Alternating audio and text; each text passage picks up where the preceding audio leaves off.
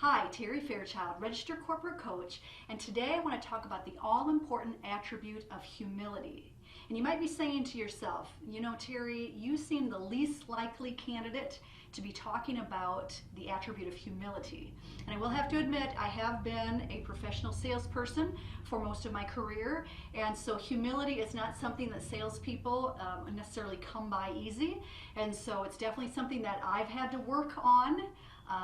But be that as it may, I still want to talk about humility because it is that all-important attribute, and it's a baseline behavior. And so what do I mean by baseline behavior? Well, in the 5 behaviors of a cohesive team, in that methodology, trust is a baseline behavior. And so what that means is that without it, you can't get to the next level. So in terms of the 5 behaviors of a cohesive team, the team needs to have trust, because only when they have trust are they able to actually have conflict.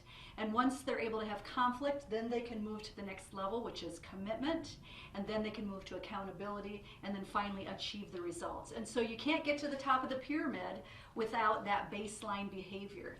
And the same thing is true for humility. Now, humility is kind of like a cousin of trust. Humility means our ability to say that I have a weakness, to offer weakness, to say, I don't know all the answers, and I have to admit that I have to be vulnerable and admit weakness. And the reason that that's so important is that if we don't admit that we have the weakness, if we don't admit that vulnerability, then we can't get to the next level, which is to admit that need, which is growth. And so when we're able to admit that we have a need, that we have that admittance that we need to grow, that's so important, because if we don't have that, then we're not really teachable. So that's our next level, which is teachable.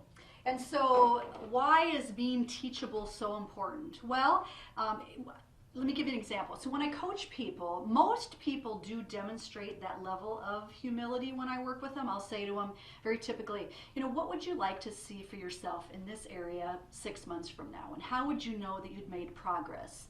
And so most people will actually, you know, give me a really thoughtful response and try to give me something that's clear and it's something that we can move towards. And so they're teachable, they're open, they're willing to think about growth and what that growth would look like. But every once in a while, I will get someone in my office, or I'll start working with someone where I'll say, so what would you like to see for yourself? And they'll say, you know, I'm pretty good at that. Yeah, or they use that 4-letter word, I'm fine. And so what that tells me is that they have a fixed mindset. They're pretty much set. They're not really teachable. They're not really open. And so what that causes is a lack of adaptability.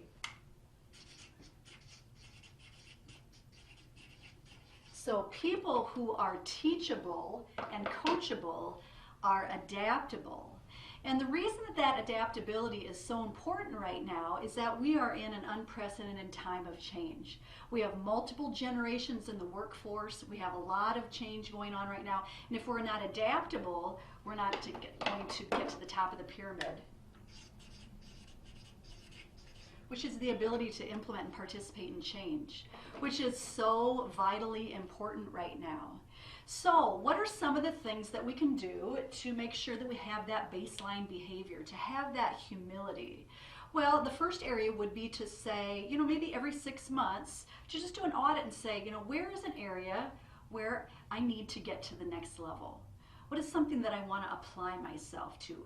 You know, if you get in a habit of doing that about every 6 months, you're going to develop a continuous mindset learner, a continuous learner mindset. That's really going to foster an ability to be adaptable. Another suggestion would be to be willing to be uncomfortable, because as always, our growth is outside the comfort zone. And so it's just that willingness to be uncomfortable is really very important in that humility. And then the third way that you can demonstrate humility is to be open to others' ideas. It's to really listen to others, to be open to others' ideas, and to really try to learn from the different generations that are in the workforce right now. There's really a definite need to balance those perspectives, and so being open to others' ideas will help us to demonstrate that level of humility. And here's one final thought about the attribute of humility. In Jim Collins' book, Good to Great, they talk about the difference between good and great companies.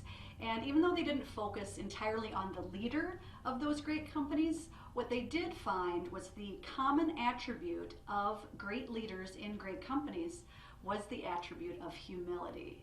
And so just one more reason for us to demonstrate that humility so that we're able to grow, that we're teachable and coachable and adaptable and create change in our organizations. So as you move forward from today, continue to work on that ability to be humble, and when you do, you'll continue to inspire results in yourself and those around you.